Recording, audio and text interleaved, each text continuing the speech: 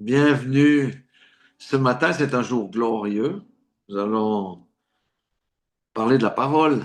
Chaque fois qu'on parle de la parole, c'est la gloire parce que la parole nous a été envoyée pour qu'elle nous profite. Aujourd'hui, on va beaucoup parler de Jésus parce qu'on doit revenir à la compréhension de qui était Jésus. On doit revenir à la compréhension de pourquoi il est venu et toutes ces choses-là. Et Jésus doit revenir au centre de l'Église. Cette semaine, j'ai beaucoup médité là-dessus. Juste pour vous donner quelques chiffres. Jésus en tant que fils de Dieu, 14 fois, c'est cité dans le Nouveau Testament. Fils de l'homme, 81 fois. Fils de David, 16 fois. Maître, plus de 60 fois. Et tout ça, c'est résumé en un mot, c'est le Messie. Qu'est-ce que le Messie? Le Messie, c'est loin. Loin de l'Éternel et c'est l'envoyé de l'Éternel. Alléluia. Et aujourd'hui, on va se concentrer sur l'envoyé. Il a été envoyé à qui, pourquoi et les conséquences de son message. Et ça nous concerne directement. Nous allons prendre une première parole dans Matthieu 15, 24. Matthieu 15, 24.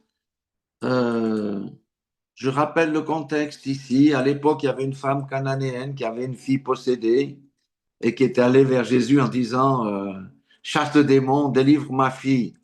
Et Jésus, dans Matthieu 15, 24, répond ceci. Il répondit, je n'ai été envoyé qu'aux brebis perdues de la maison d'Israël. Le Messie était attendu par Israël. Le Messie a été envoyé pour Israël avec un message spécifique à Israël. Mais nous savons que comme Israël a rejeté le Messie, eh bien, nous avons pu entrer dans l'alliance avec Dieu. Mais à l'origine, Jésus était un juif qui a été envoyé pour parler aux juifs. Et cette femme qui avait sa fille qui était possédée avait bien vu que lui, c'était un maître. Et c'est pour ça qu'elle est allée vers Jésus. Et Jésus lui a dit, ta foi est grande et elle a chassé les démons, etc. Première des choses qu'on a compris, Jésus a été envoyé chez les Juifs. Et je vais vous lire aussi, il faut prendre Acte chapitre 3, versets 25 et 26. Alléluia. C'est vraiment des choses importantes et le Seigneur vient de me révéler quelque chose, mais à l'instant même. Donc, vous allez voir.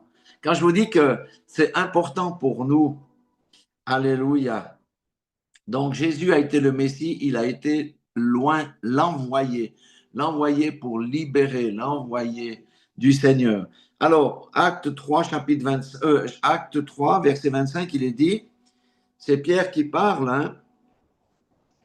Vous êtes les fils des prophètes et de l'alliance que Dieu a traitée avec nos pères en disant à Abraham, toutes les familles de la terre seront bénies en ta postérité. Amen.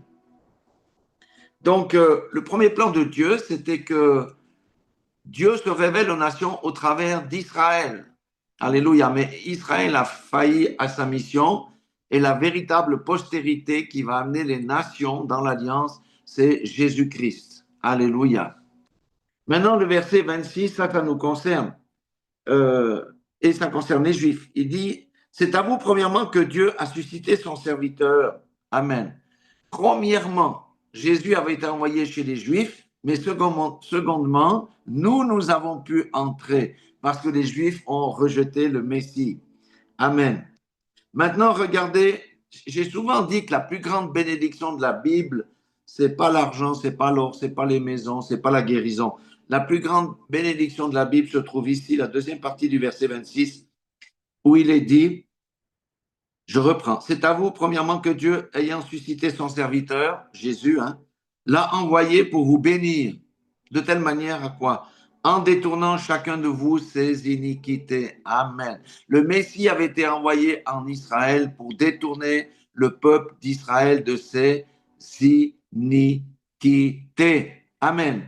Et eux pensaient que le Messie devait venir parce qu'ils avaient un problème à l'époque. Ils étaient sous la domination romaine. Ils pensaient que le Messie allait venir pour chasser les Romains de leur territoire. Mais non, Dieu a envoyé son fils Jésus pour bénir le peuple d'Israël en le détournant de ses iniquités. Amen. Alléluia.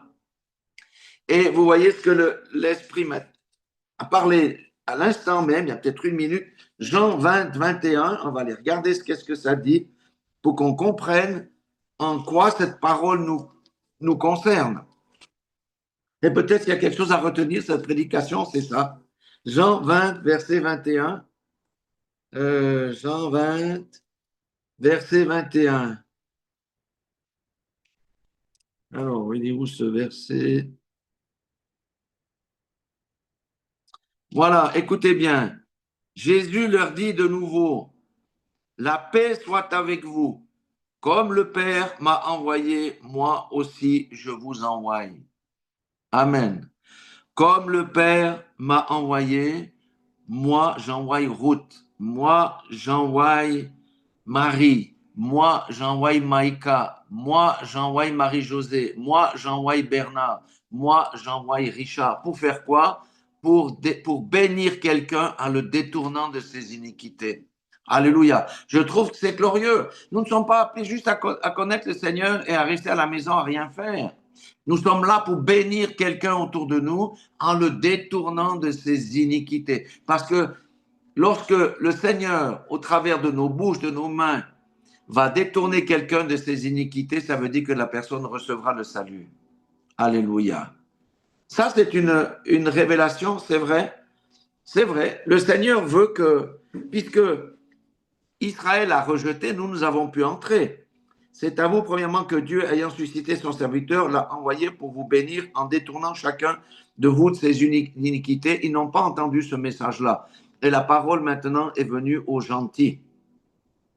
Et bien sûr aux juifs messianiques qui ont cru, mais la grande partie n'a pas cru. Donc le Seigneur nous dit ici en quelque sorte, le message, il a été envoyé, le Messie a été envoyé en Israël, mais nous avons été envoyés dans le monde. Alléluia. Pour bénir quelqu'un en prêchant le message de la repentance, parce qu'on ne peut pas se détourner de ses iniquités si on n'est pas conscient de nos iniquités et si on ne se repent pas. Alléluia. Je trouve que c'est fabuleux. Donc, nous sommes envoyés, nous, les gentils, dans le monde. C'est-à-dire le monde, ça veut dire autour de nous, partout où on se trouve, pour bénir quelqu'un en le détournant de ses iniquités, en prêchant l'évangile pour qu'il se repente et qu'il entre dans l'alliance. Alléluia. Et ça, c'est notre responsabilité. Le Seigneur va demander des comptes à tous ceux qui pensent qu'on a juste cru puis qu'on est sauvé, qui n'ont rien fait de leur vie. Le salut ne se manifeste pas de manière concrète. Donc, nous devons manifester le salut autour de nous et le Seigneur nous utilise comme ses témoins. Alléluia. Alors, pourquoi le Seigneur Jésus a-t-il été envoyé? Le Messie a-t-il été envoyé? Il a été envoyé. Il y a un premier verset qui résume bien les choses. Il y en a quelques-uns. Luc 4, 18. Luc 4, 18 ne fait que reprendre une prophétie d'Isaïe. Mais comme on va parler du Nouveau Testament, j'ai dit c'est le mot envoyé. Donc, Luc 4, 18 dit, l'Esprit du Seigneur est sur moi, parce qu'il m'a oint pour, annoncer une bonne nouvelle aux pauvres. Il faut savoir que à l'époque où Jésus est venu sur la terre, il y avait beaucoup de pauvres en Israël. La majorité des gens étaient pauvres, ils n'avaient pas grand-chose. Il y avait des riches, mais la bonne nouvelle aux pauvres, ça veut dire qu'il y aura une espérance pour vous. 2, il m'a envoyé pour guérir ceux qui ont le cœur brisé. Alléluia. Pourquoi les gens ont le cœur brisé? Ils ont le cœur brisé parce qu'ils ont subi des injustices. On leur a volé les maisons, on leur a volé les terrains, parce qu'on les a accusés faussement, parce qu'on les a trahis. Il y a beaucoup de gens qui ont le cœur brisé à l'époque de Jésus, mais c'est la même chose aujourd'hui. Nous, on voit les gens dans la rue, on pense que tout va bien. Non, beaucoup de gens ont le cœur brisé. Ça peut être dans les familles, ça peut être au travail, ça peut être en dehors. Donc, Jésus est envoyé pour guérir les cœurs brisés. 3, pour proclamer aux captifs la délivrance. Captifs de quoi? Des prisons spirituelles. Quelqu'un qui est dans une prison spirituelle, ça peut être le non-pardon. Il a besoin de délivrance. Un captif, c'est quelqu'un qui vit dans la fraude. parce que la fraude domine sur lui. Il a besoin de délivrance. Et c'est Jésus qui délivre de toutes ces choses-là, qui permet de sortir de ces prisons spirituelles. Quelqu'un peut être captif de l'adultère. Tous les gens ne veulent pas forcément être adultères, mais ils sont captifs de cette chose-là qui a dominé sur eux. Et Jésus est venu pour délivrer les adultères. Il a délivré la femme qu'on voulait lapider. Il ne l'a pas jugée, parce qu'il est venu pour sauver. Et il a dit aussi, et aux aveugles, le quatrième point, le recouvrement de la vue. Nous savons qu'au temps de Jésus, il y avait beaucoup d'aveugles dont leur vie était réduite à mendier. Mais aujourd'hui, on parle aussi des aveugles spirituels. Combien dans les églises, les gens sont aveuglés spirituels? Ils ont besoin que les écailles des yeux tombent. Parce qu'on a cru les mensonges du diable, la religion. La religion a fait des tas de doctrines. On suit les doctrines des hommes plutôt que de suivre la vérité. La vérité libère. Amen. Donc, les captifs, aux aveugles, le recouvrement de la vue. Et le cinquième point, c'est pour renvoyer libres les opprimés. Beaucoup d'opprimés aujourd'hui, comme au temps de Jésus. À l'époque, il y avait les opprimés. Par exemple, ceux qui étaient esclaves d'un mauvais maître, ils étaient opprimés. Le Seigneur est venu pour les renvoyer libres, les opprimés. Ça veut dire ôter le fardeau de l'oppression. Amen. C'est pour ça qu'on chasse les démons et toutes ces choses-là. Et vous voyez, quand le pourquoi là, l'Esprit du Seigneur est sur moi. Maintenant, je vais relire, personnalisé. L'Esprit du Seigneur est sur Marie-Josée. L'Esprit du Seigneur est sur Ruth. L'Esprit du Seigneur est sur Maïka. L'Esprit du Seigneur est sur Marie. L'Esprit du Seigneur est sur Bernard. L'Esprit du Seigneur est sur moi. Parce qu'il m'a oint pour annoncer une bonne nouvelle aux pauvres. Moi, Marie-Josée, j'annonce la bonne nouvelle aux pauvres. Moi, Maïka, j'annonce la bonne nouvelle aux pauvres. Moi, Ruth, j'annonce la bonne nouvelle aux pauvres. Moi, Marie, j'annonce la bonne nouvelle aux pauvres. Moi, Bernard, j'annonce la bonne nouvelle aux pauvres. Moi, Richard, j'annonce la bonne nouvelle aux pauvres. Il m'a envoyé pour guérir ceux qui ont le cœur brisé. Moi, Bernard, je guéris ceux qui ont le cœur brisé. Moi, Richard, je guéris ceux qui ont le cœur brisé. Moi, Ruth, je guéris ceux qui ont le cœur brisé. Moi, Maïka, je guéris ceux qui ont le cœur brisé. Moi, Marie, je guéris ceux qui ont le cœur brisé. Alléluia. C'est ce à quoi Dieu nous destine. Et comment on guérit les cœurs brisés? Par la parole qui est un baume et qui guérit les blessures intérieures. Non pas pour juger les gens, mais pour les sortir de là, pour les consoler, pour mettre un baume, le baume de Galade qui guérit les blessures. Pour proclamer, moi le Seigneur m'a établi, moi Richard, pour proclamer aux captifs la délivrance, moi Bernard, pour proclamer aux captifs la délivrance, etc., aux aveugles le recouvrement de la vue, pour renvoyer libres les opprimés, etc. Pourquoi? Parce qu'il a dit, comme le Père m'a envoyé faire ces choses-là, moi aussi je vous envoie. La chrétienté qu'on a aujourd'hui n'est pas la véritable Église de Christ. C'est beaucoup de mensonges et on ne fait pas l'œuvre de Dieu. L'Église aujourd'hui est centrée sur elle-même, sur les miracles, sur les prophéties, sur les voitures, sur la prospérité, mais elle ne fait en aucune manière, ou très peu, on va dire, parce que tout le monde n'est pas un, mais très peu l'œuvre qui est commandée ici, parce qu'on garde aussi les brebis captives. Ce n'est pas que les pasteurs qui doivent faire ça, c'est tout le monde qui est en Christ doit faire ce genre de choses, chacun selon les dons. Alléluia. Donc, la première des choses. Maintenant, il y a aussi d'autres choses. Pourquoi Jésus, le Messie, a été envoyé? Il dit dans Jean 3, 17, ça c'est important. Parce que dans le camp de Christ, on juge beaucoup les autres. On est trop dans le jugement. Il dit dans Jean 3, 17, Dieu en effet n'a pas envoyé son Fils dans le monde pour qu'il juge le monde, mais pour que le monde soit sauvé par lui. Amen.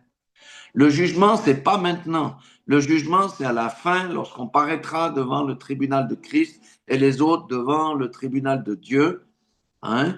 Le jugement, il y aura un jugement final. Mais aujourd'hui, on est encore dans le temps de la grâce. C'est pourquoi on ne doit juger personne. Parce que le Seigneur offre et tend les perches pour que la personne puisse se repentir et passer du jugement sous la grâce. Parce qu'à la croix, il y a un côté, c'est la grâce, l'autre côté, c'est le jugement. Celui qui quitte la grâce va sous le jugement. Celui qui est sous le jugement peut se mettre sous la grâce en renonçant à ses péchés, en suivant Christ et en obéissant à sa parole. Donc, Jésus n'est pas venu pour juger le monde. Il n'attend pas de nous que nous jugions nos frères, nos sœurs ou les païens, mais que nous soyons un instrument de grâce pour que Jésus les sauve. Amen. Pourquoi il peut dire ça? Parce que le Seigneur Jésus lui-même a été la victime expiatoire de nos péchés, mais aussi de tous ceux qui ne le connaissent pas, s'ils viennent à lui. Parce que sa grâce, et même il y a des grands tueurs hein, qui ont été condamnés à vie. Il y en avait un, je vous donne le témoignage, c'était Sam, le fils du diable. Il a tué cette femme et il s'est fait arrêter. Et il a dit lui-même qu'il était possédé parce qu'il avait fait des choses dans l'occultisme. Et c'est vrai. Mais il s'est véritablement converti, mais il ne peut plus être libéré parce qu'il a quand même pris la vie de cette femme. Et il a été condamné à la prison à vie. Aujourd'hui, il est aumônier dans la prison. C'est lui qui prêche aux prisonniers. Alléluia. Et son témoignage est très puissant. Alléluia. Et puis, ce qui nous concerne aussi, nous, chacun, je vais personnaliser ces versets, 1 Jean 4, 9. Ce message-là doit être entendu dans toutes les églises, en commençant par les pasteurs, les prophètes, les évangélistes, par tout le monde, en commençant par ceux qui ont des fonctions dans la parole. Il dit ici, l'amour de Dieu, et bien entendu les brebis, a été manifesté envers nous en ce que Dieu a envoyé son Fils unique dans le monde afin que nous vivions par lui. Afin que nous vivions par lui. Afin que moi, Richard, je vive par lui. Afin que moi, Bernard, je vive par lui. Afin que moi, Marie, je vive par lui. Afin que moi, Marie-Josée, je vive par lui. Afin que moi, Maïka, je vive par lui. Afin que moi, Ruth, je vive par lui. Afin que Pauline, Bernard, Juliette, tous ceux qui se confessent de Christ doivent vivre par lui. Parce que Jésus est dans notre barque, mais aujourd'hui, on doit ôter les bâillons et les cordes parce qu'on le retient captif dans notre barque. Alléluia. Jésus n'est pas quelqu'un de passif, il veut être actif. Quand on dit afin que nous vivions par lui, ça veut dire que nous laissions Jésus vivre au travers de nous. Amen. Jésus n'est pas passif. Dans les églises, on se contente d'aller le dimanche. Écoutez, ouais, le sermon était bien. Ouais, c'était nul. Mais où est la vie de Dieu dans l'église aujourd'hui? L'église, c'est vous et moi, c'est les bâtiments. La vie doit s'exprimer au travers de chacun qui croit en Dieu. Alléluia. C'est ça. Et la vie, c'est quoi? Quand on prie pour un malade et que le malade est guéri, c'est la vie de Dieu, de Jésus qui s'exprime. Quand on chasse un démon, c'est la vie qui s'exprime. Quand on amène quelqu'un à la repentance, c'est la vie qui s'exprime. Quand on guérit un cœur brisé, c'est la vie qui s'exprime. Est-ce qu'on peut chacun dire qu'aujourd'hui la vie de Christ s'écoule librement au travers de nous? Non, pas encore. À petite dose. Un petit filet qui s'écoule. Et on est content déjà avec ça. Non, on doit aller plus loin. Alléluia. Maintenant, il y a une chose qui nous empêche de laisser vivre Jésus en nous, c'est Jean 4, 34. Voilà aussi pourquoi Jésus a été envoyé sur la terre. Jean 4, 34. Jésus leur dit, ma nourriture est de faire la volonté de celui qui m'a envoyé. Il a été envoyé pour faire quoi? La volonté. Quand on dit dans le Notre Père qui est aux cieux, que ta volonté soit faite. Mais comment la volonté de Dieu peut se faire au travers de nous si nous faisons toujours notre propre volonté? Il y a un secret ici. Nous devons chercher la volonté de Dieu afin que la vie puisse s'écouler au travers de chacun de nous et d'accomplir son œuvre, il a dit. Si tu ne fais pas la volonté de Dieu, jamais un malade ne sera guéri. Si tu ne fais pas la volonté de Dieu, jamais un démon ne sera chassé. Si tu ne fais pas la volonté de Dieu, aucun homme ne sera sauvé. Parce que notre volonté, c'est la chair. Et mais Dieu nous dit, Jésus a dit, ma nourriture est de faire la volonté de celui qui m'a envoyé et d'accomplir son œuvre. Et Jésus a dit, comme le Père m'a envoyé, je vous ai envoyé pour faire quoi? Votre volonté? Non, sa volonté.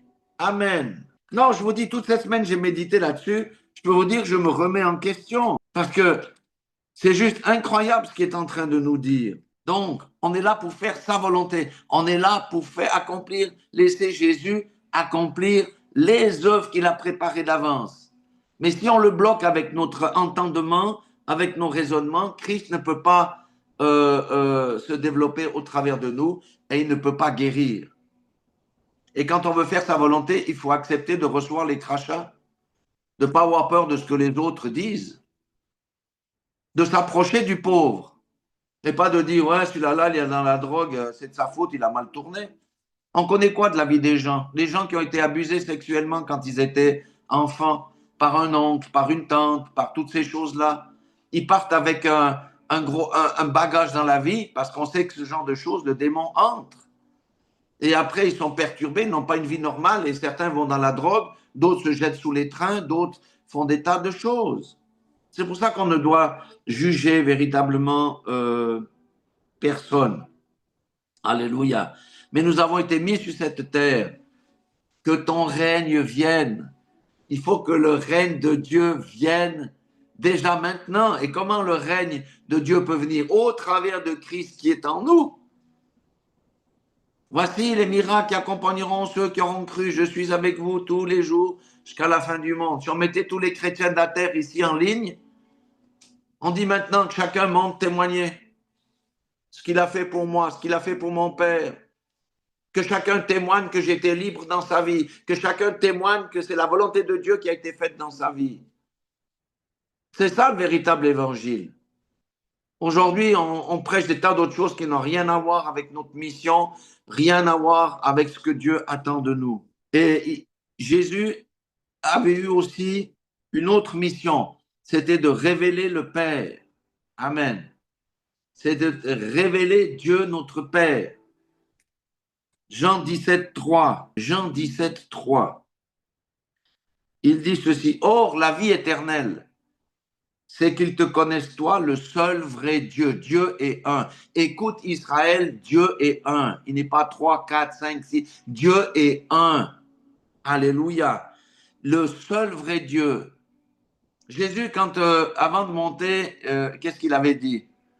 Je monte vers mon Dieu et votre Dieu. Je monte vers mon Père et votre Père. C'est pour ça que la prière qu'il nous a enseignée, il n'a pas dit votre Père, il a dit notre Père. Ça veut dire mon Père à moi, Jésus, et vous qui me suivez. Alléluia. Donc, or, la vie éternelle, c'est qu'ils te connaissent, toi, le seul vrai Dieu, et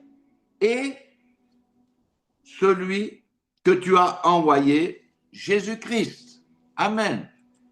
Jésus est l'envoyé de Dieu. Jésus est le véritable Fils de Dieu, né d'une femme, c'est vrai, mais d'une semence incorruptible, la semence de Dieu. Cependant, il a vécu selon notre nature. Il a vaincu Satan. Alléluia. Et c'est pourquoi dans Éphésiens, j'ai encore juste vu ça ce matin, une chose, Éphésiens, d'ailleurs, toutes les salutations de Paul, quasiment, c'est un peu les mêmes. Dans Éphésiens chapitre 1, verset 2, il dit que la grâce et la paix vous soient données de la part de Dieu notre Père et du Seigneur Jésus-Christ. Son envoyé, son oint, son Messie, mon messager que j'ai envoyé mourir à la croix de Golgotha pour vous accorder le salut. Mais il y a un seul Dieu et c'est notre Père. Alléluia. Nous, on parle toujours de Dieu d'une manière un peu abstraite, mais notre Dieu, c'est notre Père qui prend soin de ses enfants, qui s'intéresse à la vie de ses enfants. Amen. Qui veut que ses enfants puissent jouir des bénédictions d'Abraham, d'Isaac et de Jacob. Alléluia. Que ses enfants se détournent de leurs iniquités.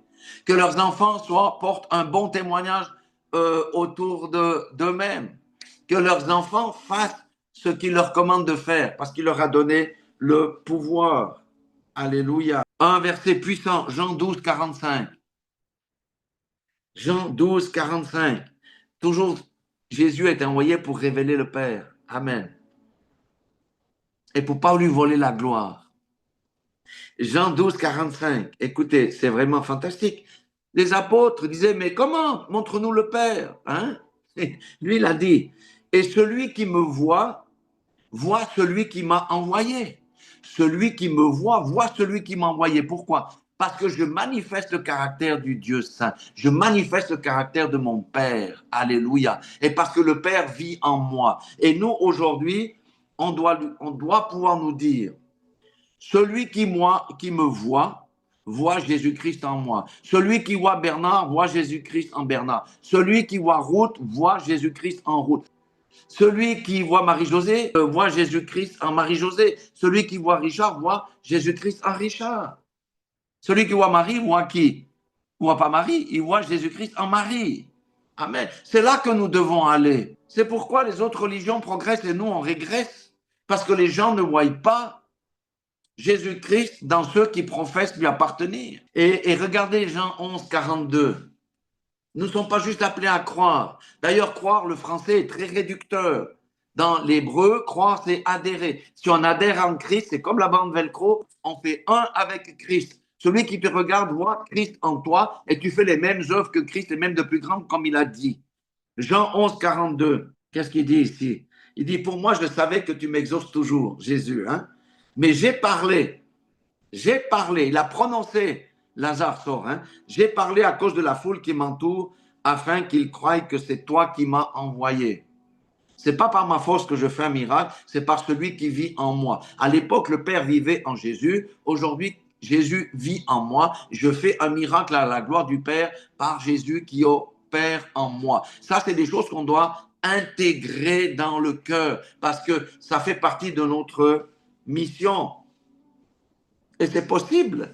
Alléluia. Sauf la religion ne nous enseigne pas ça.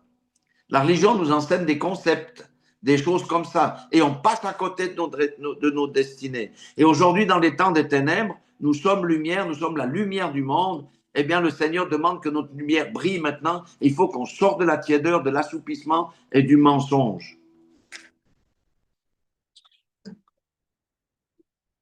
Vous me suivez? Alléluia. Donc, Jésus est venu pour révéler le Père. Alléluia. Et d'ailleurs, ailleurs, il a même dit que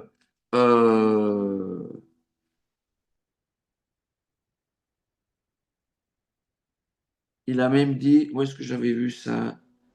Il avait dit, je sais plus. Mais il avait dit que, bon, je sais plus. Mais enfin, il a dit tellement de choses.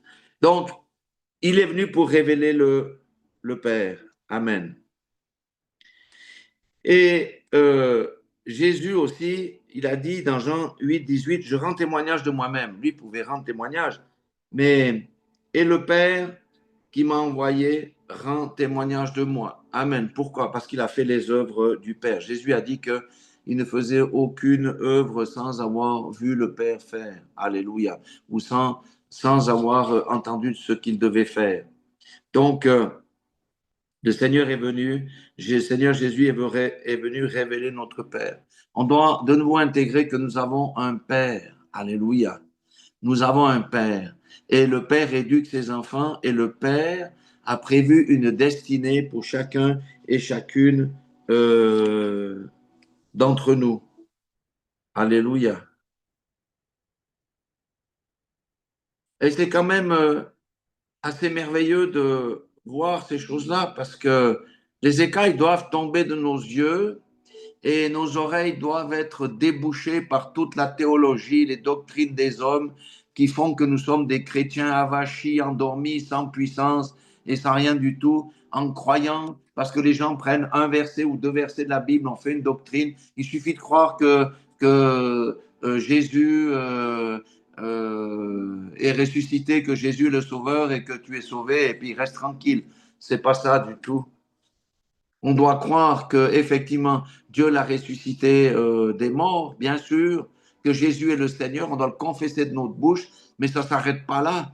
La confession de la bouche doit ensuite se manifester dans les actes que nous posons, dans les comportements que nous manifestons, dans la vie que nous vivons et en faisant les mêmes œuvres que Jésus a faites sur la terre. C'est comme ça qu'on peut démontrer que nous sommes un avec Jésus et que Jésus, il est en nous. Parce qu'au jour du jugement, si quelqu'un ne peut pas démontrer que Jésus est en lui, Dieu va dire, je ne te connais pas.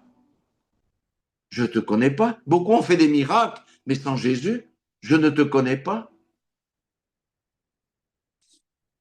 Donc, le Seigneur a envoyé son Fils, son messager, pour nous montrer le chemin, afin que nous devenions à notre tour des messagers. Alléluia. Parce que Jésus a quitté cette terre, mais il a laissé l'ordre de mission aux disciples, afin qu'eux diffusent le message et démontrent la vie de Christ en eux, comme Jésus avait démontré la vie du Père en lui, en faisant les œuvres de Dieu. Amen. Et c'est là que le Seigneur nous veut. Et maintenant, regardez ce qu'il dit, les conséquences de ça. Parce qu'il y a des conséquences. On doit témoigner. Il y a des conséquences. On n'a que deux possibilités. Soit on accepte le message, soit on le refuse. Soit les gens ont accepté Jésus ou l'ont rejeté. Dans Matthieu 10, 40, il dit quelque chose d'ici de très intéressant. Il dit, celui qui me reçoit, celui qui vous reçoit, il parle des disciples, hein, celui qui vous reçoit me reçoit. Ça veut dire que concrètement, aujourd'hui, celui qui reçoit Marie, Bernard, celui qui reçoit Maïka, celui qui reçoit Marie-Josée, celui qui reçoit Ruth, celui qui reçoit Richard, me reçoit. Ça veut dire reçoit Jésus-Christ, puisqu'il est en nous. Et celui qui me reçoit, reçoit celui qui m'a envoyé. Alléluia. Jésus nous a envoyés. Et quiconque nous reçoit, reçoit Jésus. Mais celui qui nous rejette, rejette aussi Jésus. Vous voyez, on n'a pas tellement des millions de... Moi, je crois à moitié. Non, c'est soit tu crois, soit tu ne crois pas. Et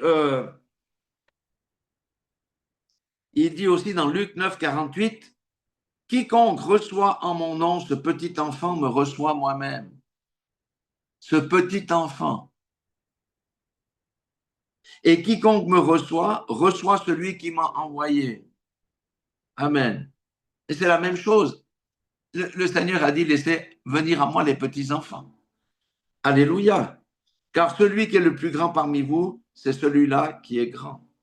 Car celui qui est le plus petit parmi vous, c'est celui-là qui est grand. Amen. L'humilité. Ça veut dire celui qui reçoit quelqu'un d'humble, qui ne se moque pas de lui parce qu'il n'est rien, parce qu'il est humble, me reçoit moi, Jésus-Christ. Alléluia. Ça revient à dire que Jésus a dit ne faites point exception de Dieu ne fait point exception de personne parce que quand vous faites exception de personne vous vous trompez. Si vous regardez aux habits, si vous regardez aux voitures, si vous regardez au signe extérieur, vous allez vous tromper de cible. Allez rechercher les humbles. Ne faites pas de distinction. Ne rejetez pas les humbles. Ne rejetez pas ceux qui n'ont rien. Ne rejetez pas même les faibles d'esprit, ceux qui sont qui n'ont pas une intelligence qui est peut-être grande, etc.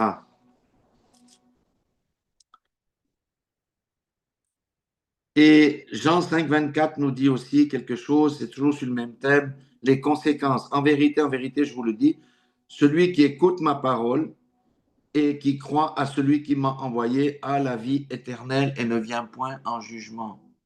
Amen. Amen. Jésus-Christ est le Sauveur. Nous avons été envoyés par Jésus-Christ. Celui qui écoute la parole de Jésus-Christ au travers de notre bouche, qui est la parole de Dieu, et qui croit en Jésus-Christ, a la vie éternelle et ne vient point en jugement. Mais il est passé de la mort à la vie. Ça veut dire ceux qui ne veulent pas écouter la parole que nous allons prononcer, que nous prononçons le message, ils viendront en jugement. C'est fini. C'est pourquoi le Seigneur, Jésus, comprenez bien, Dieu a envoyé son Messie, son oint, pour proclamer le message, la réconciliation, tout ça. Jésus nous a dit, je vous envoie maintenant moi. Je vous établis pour aller porter le message. Amen. Et faire les mêmes œuvres que moi, puisque je suis en vous. Et si Jésus est en nous, Dieu est où? Il est en nous. Amen. Alléluia.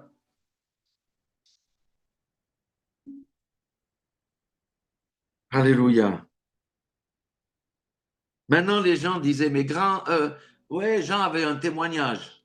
Mais dans Jean 5, 36, Jésus dit, moi, j'ai un témoignage plus grand que celui que que celui de Jean.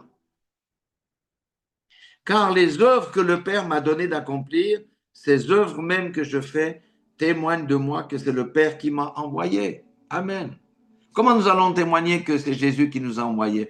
En faisant les mêmes œuvres que lui. Amen.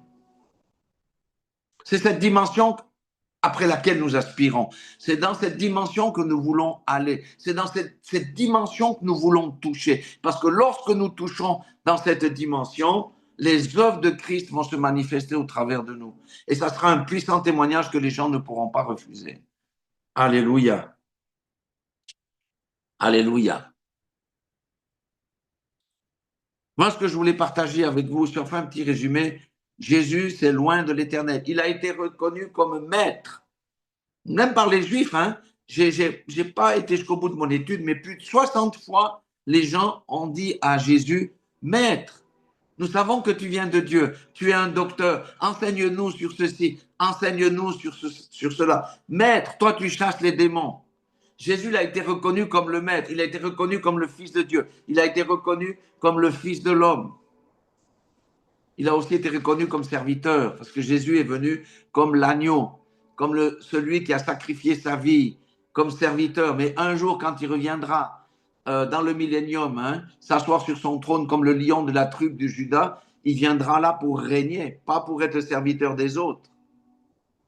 On doit bien comprendre ces choses-là. Alléluia.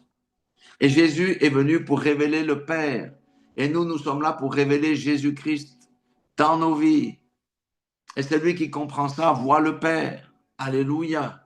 Parce que Jésus, dans l'Apocalypse, il a dit, si vous ouvrez la porte, moi et le Pierre viendront manger chez vous. Alléluia. Nous devons ouvrir la porte de nos cœurs aujourd'hui et laisser tomber toute la religion qui nous a enveloppés depuis des centaines d'années où on apprend des choses qui sont aussi fausses, on nous endort, comme quoi on est déjà arrivé au ciel. Et le but du chrétien aujourd'hui, lui, il n'a qu'un seul but, c'est d'être sauvé, d'être tranquille, de mener une vie peinarde, de mourir dans son lit le dernier jour de sa vie, avec des beaux draps blancs, en disant « Ah, Seigneur !»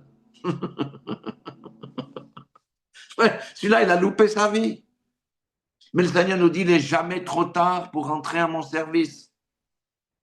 Regardez Moïse, il est entré à quel âge? À 80 ans, il est entré au service de Dieu. Et même Caleb avait dit, oui, j'ai 80 ans, mais j'ai assez de la force encore pour chasser les Anakim de mon territoire. Il a dit à Josué, donne-moi mon territoire. Et pourtant, c'était le territoire où il y avait encore des géants. Il n'est pas trop tard. Ce qui compte, c'est qu'on fasse la volonté de Dieu et que chacun cherche la volonté de Dieu et s'aligne sur la parole de Dieu et accepte de libérer Jésus-Christ dans sa barque. Parce que vous voyez, on fait beaucoup de choses par nos propres moyens. Les apôtres, là, étaient des pêcheurs. Ceux qui étaient dans la barque, c'était des pêcheurs professionnels. Ils connaissaient le lac de Galilée sur le bout des doigts. Ils connaissaient tous les vents. C'était un lac très traître parce que les vents pouvaient changer rapidement. Il fallait être un expert pour naviguer là-dessus. Mais là, quand le diable s'est levé avec la tempête, ils ont essayé de dire, bon, on connaît, on va manœuvrer la voile, on va faire ci. Ben, qu'est-ce qu'ils ont? Ils étaient en train de couler, l'eau entrait dans la barque. Et à ce moment-là, ils ont dit, hey, Jésus, nous périssons, nous périssons. Jésus a dit, homme de peu de foi. Alors, au lieu de laisser Jésus bâillonner dans la barque et de l'appeler uniquement quand on a besoin, laissons-le vivre tous les jours de notre vie. Cherchons la volonté de Dieu. Demandons à Jésus, qu'est-ce que tu veux? Si l'Esprit te pousse vers quelqu'un qui est malade, tu dis, Jésus, c'est toi qui fais la chose. Moi, je mets ma bouche à ta disposition, je mets mes mains à ta disposition, je mets mes pieds à ta disposition, mais c'est toi qui fais la chose parce que tu es dans ma barque. Je veux que tu t'exprimes aujourd'hui. Aujourd'hui, j'ai congé, je vais sortir. Exprime-toi au travers de moi. Jésus, sois vivant dans ma vie. Sois vivant dans ma vie. Alléluia.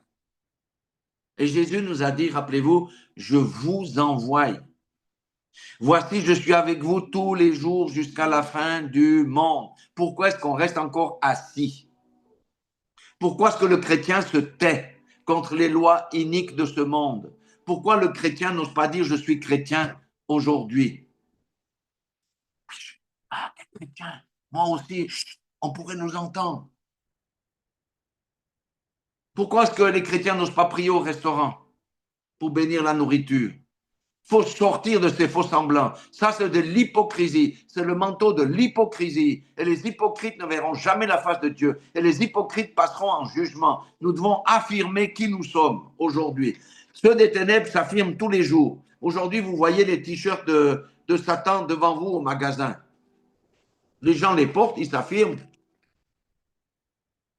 Alors, portons la parole de Dieu sur nos t-shirts. Portons la parole de Dieu sur nos sacs.